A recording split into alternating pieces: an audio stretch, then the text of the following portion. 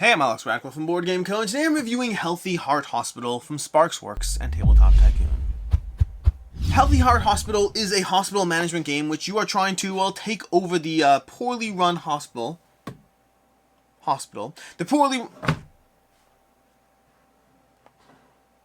This is not helping my point. You're trying to take over the poorly run hospital that is a little harder to actually run than you thought. Your goal is to basically not lose, and not losing means don't go bankrupt and don't have so many patients die that you don't even know what to do with the bodies. Yes, this is a game that has a cemetery attached to your hospital because, well, you're just having that kind of day. In the game, across 6 rounds of play, you're going to be in this solo and cooperative experience. You're going to be trying to manage the patients as much as possible, trying to heal them while trying to have them not worsen and die, as you try to get various upgrades, manage your doctors, manage your administrators, and just, well, have a variety of just fun little rooms being added to your hospital that will help you out along your journey. In the game, every single round, you're going to be managing your doctor's pool of actions. You're going to have, over here right now, we're set up for a 2-player game, and you're going to have a different number of action tokens per doctor, depending on the player count. You're going to be using those actions to do anything from trying to heal the patients in their wards or in their emergency rooms over here, the various facilities that they're in, or alternatively moving and navigating patients around. So for example, we can take an action, we can flip it face down in order to take a patient from the waiting room and turn this level 3 patient into a little token that will go over here and show you that it's a level 3 patient in the ward instead. So your first action you're taking is moving patients around the board. You can also take those actions in any order, balancing back and forth between the different players, or if you're playing solo, controlling different doctors. So for example, I can go ahead and use one of these actions on this doctor over here to go ahead and move this patient from here into this treatment room over there, which is better suited for green patients. It may not have been the best move right now because that patient's almost healed, may not have been worth the process, but we're just trying to show you how to play the game. Along the way, you're also going to have your hospital administrator. Your hospital administrator is going to be a single character in play that is going to be rotated from who's controlling it, depending on the turn, the player count, all of that. But you're going to have these administrator tokens, where you can go ahead and turn those face down to take specifically administrative actions. So for example, you can go ahead and draw a research card over here, and then go ahead and draw 5 cubes to see what possible options you'll have in that card. So 1, 2, 3, 4, 5. The black cubes are going to help you draw 2 more. So you're going to have, those are black cubes, could be good, could be bad, depends on the situation. And right now we can either replace 3 patients, meaning replace cubes equal to the blue cubes, replace 3 patient markers of deceased patients with white patient markers. That'd be great, but it's early in the game and so far no one's died yet. Alternatively, we can go ahead and gain 2 training markers, redistribute to doctors as you choose. So let's go ahead and do that. Let's go ahead and choose 2 training markers. This room should be full over here. Over here, you're going to have the board room, which is always going to have 4 face-up training markers, and you can use those to add them to your doctors to make them stronger and more powerful. So for example, let's go ahead. We currently have the infectious disease ward is currently empty, but we know we'll be adding someone to that. So let's go ahead and add 2 of these infectious disease markers to Dr. Lucky, who's currently the head of pathology, and we'll go ahead and make him just a little stronger by adding those 2 training markers to that doctor. So you're going to go ahead and have the opportunity to use your administrating markers to go ahead and do research cards, which depending on what you draw will give you various bonuses. You can also use those markers to try to go ahead and hire new staff. Every single round as you move along this track over here, you're going to be revealing new staff, and you're going to go ahead and have the opportunity to add these staff to your office using their abilities. So over here, we may transfer all level of patients. We can flip an administrative card face up once per round. Some cards over here, some staff are going to be one-time use abilities. Some are going to be ongoing abilities. And lastly, you can use your administrative markers to go ahead and use your actual administrative ability depending on the wide variety of administrators you'll have in the game that you can go ahead and pick from and use their abilities. That's going to be the administrator. You're also going to have the doctors, like I said already, whose primary goal is going to be moving around patients and healing them. You've already seen me move around a patient. Let's go ahead and move around one more. Let's grab these 3 yellow over here and create a level 3 yellow patient that can go over here.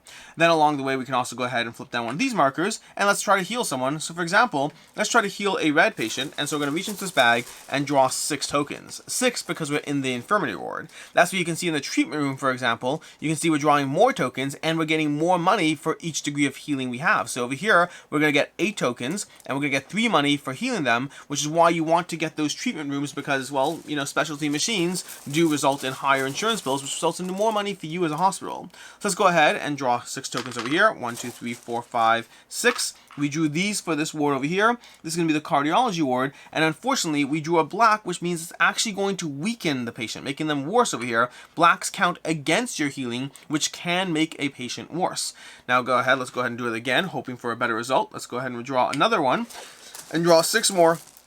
Hope you can get some red sometime. We got a red already. We got that. And over here we have a red. So now we can go ahead and heal one. Let's heal this one and get $1 for healing that patient by 1 level. Every level you heal a patient is going to result in you getting money. And if patients ever die, you do have to settle that out of court, which means you're going to lose $10. And yes, of course, for the sake of this game, that $10 is really $10 million. Every dollar is $1 million. It's money. It's hospitals. We're all going broke, and we're just trying not to get sued over here.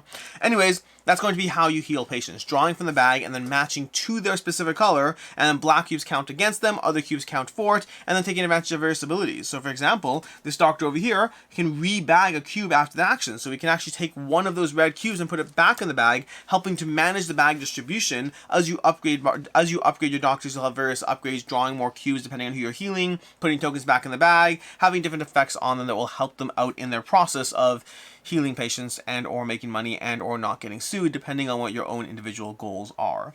Did you notice that this doctor over here, his name is Camilla Cutomoff? Camilla Cutomoff. That's our goals over here. Camilla Cutomoff.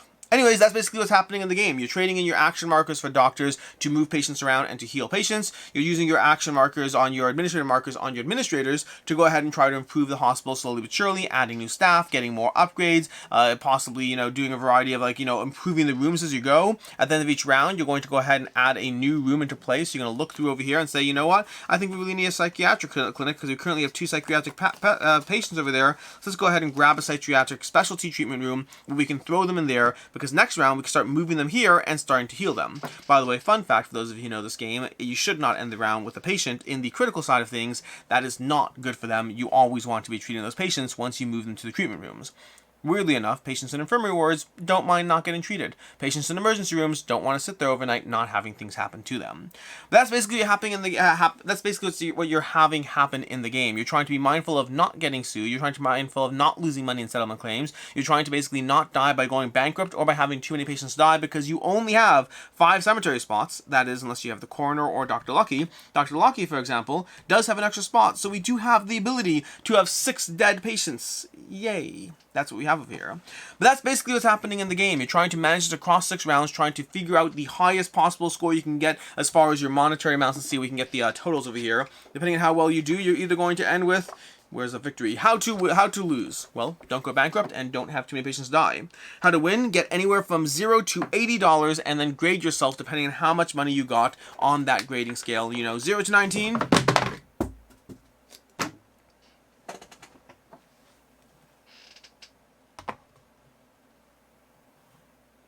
0 to 19, and you're going to have a lowest but barely gradable victory. Go all the way above 80, and you are knocking it out of the park. You are doing tremendously well as far as the management of this hospital and having people not die while making as much money as possible off the insurance claims. That is how you play Healthy Heart Hospital, which means let's go ahead and talk about the review, starting off with ease of play. Incredibly easy game to dive into. Not a ton going on as far as the complexity. It's fairly straightforward as far as what you can do. You have doctors, they have action tokens. You can trade them in for 2 core main actions. Then you have your administrators. You're trading those in for 3 actions you can take. And then you're trying to be mindful of, how you're going to try to treat patients, trying to balance the various cubes you're drawing out of the bag, trying to balance the black cubes generally being bad for you. Not always, sometimes they'll have you have more things. One thing I've neglected to mention is at the end of every round, you're going to be drawing more cubes for the wards, which has the possibility of patients getting worse every single round, as well as at the end of every round, you're also drawing new patients who are showing up in here, and they'll eventually be transferred here, unless, of course, you draw too many cubes, at which point they'll die here before you have the opportunity of getting them. One thing you want to try to get your hands on as soon as possible, or one of many strategies of things you want to get your hands on, is going to be this emergency room over here, which is going to allow you to move patients from the wards directly to the emergency room, which is very important because sometimes you'll have a patient over here. You can't even move these guys out of here until they have at least 3 cubes. The problem with that is that if you then go ahead and, immediately draw 3 yellows in a single turn, and they go ahead and just die horribly, the emergency room can help you have those things stack, have those patients not die when just the bad luck happens, and the bad luck will eventually happen throughout the course of the play. But past that, as far as things I like, don't like, I can see that's not liking, starting off with what I like, which is the research cards, the upgrades, the training stuff, all these things. We have a bunch of things going on that are just fun. We have staff over here, and you won't have all staff in play every single game, so you can have different numbers of staff going on. Those are going to be, fun little abilities you can use. We have our stack of training markers. They are fairly basic, but they will upgrade your doctors. And by basic, I mean they're not that wide a range of what they do, but they are going to help upgrade your doctors and give you more things you can do. You're going to have a stack of doctors over here. So if you're playing with only 2 players or a solo game with 2 players, you're only using 2 doctors, and there's a whole stack of more of them. Let's not comment on, any number of people who may or may not be resembling. And honestly, I assume there's so many I don't even know over here. But who do we have? We have a Patrick Dempsey over here. That's definitely Patrick Dempsey. We have, I don't even know the names of all these people, but a lot of people. This guy looks vaguely familiar, but I can't place him. I don't know where it is. We got some Big Bang Theory over here. Different people from various walks of, I was going to say life, but just TV shows, I think. I'm assuming they're all some degree of homage, and I'm assuming I just don't recognize some of them, but I don't know exactly.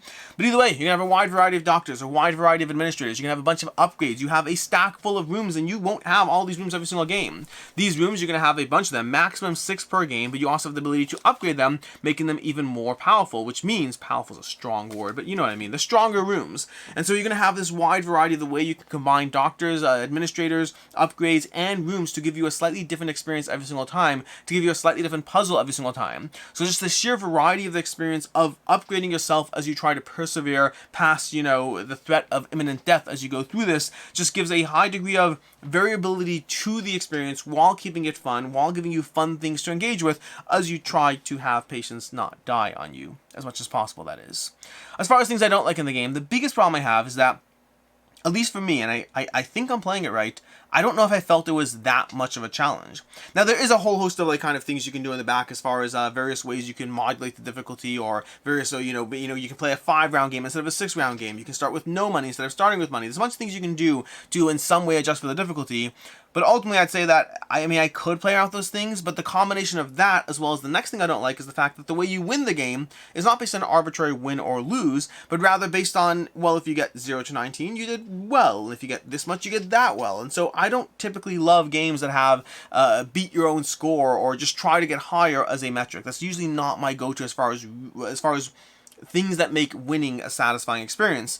And so the combination of it not being that difficult, or at least seemingly not that difficult from the base start of the game, combined with the fact that the win condition isn't a win condition so much as a do as well as you can and grade yourself condition, which isn't my go-to genre. And what I have here is a game that I do enjoy, but with elements that kind of make me not as intrigued by it. It's I really like a lot of things going. We'll talk more about this in final thoughts. I really like a lot of things going on in the game, while feeling that there are elements that kind of just pull me back from having it be as satisfying as experience as possible. Speaking of unsatisfying experiences, the whole concept of dragging a bunch of tokens in the bag over here, of being like, oh, we're gonna go ahead and heal red, and we're gonna draw 6 tokens in the bag. 1, 2, 3, 4, 5, 6 over here. Look at that. We got 2 reds and 1 black, so we go ahead and heal it by 1, and we get $1 million, and then go ahead and put them out over here.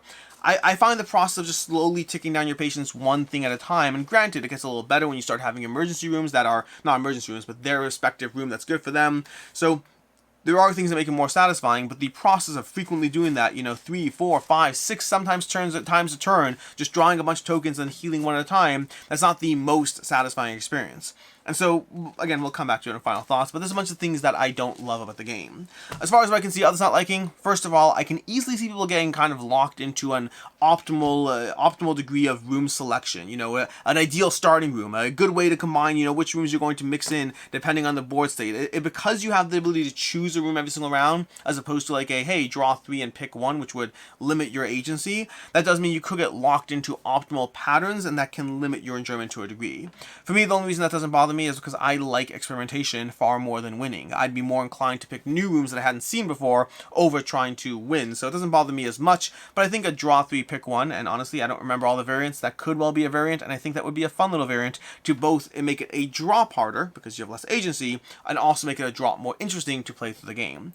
I'll also say it can run a little long considering how repetitive the game can be in the core actions. I like the doctors, I like the additions of the rooms that mix things up round to round and give you a little more things to look forward to. The new staff that comes out, and so you have more opportunities to hire those staff. Those are all fun things. But at the end of the day, the game runs for 6 full rounds, and it can feel a little repetitive, taking the same, move, treat actions again and again across those 6 rounds of play. It's not that the game runs too long, it's that the game runs too long relative to the different variety of things you are doing within the game to keep the game fresh and interesting.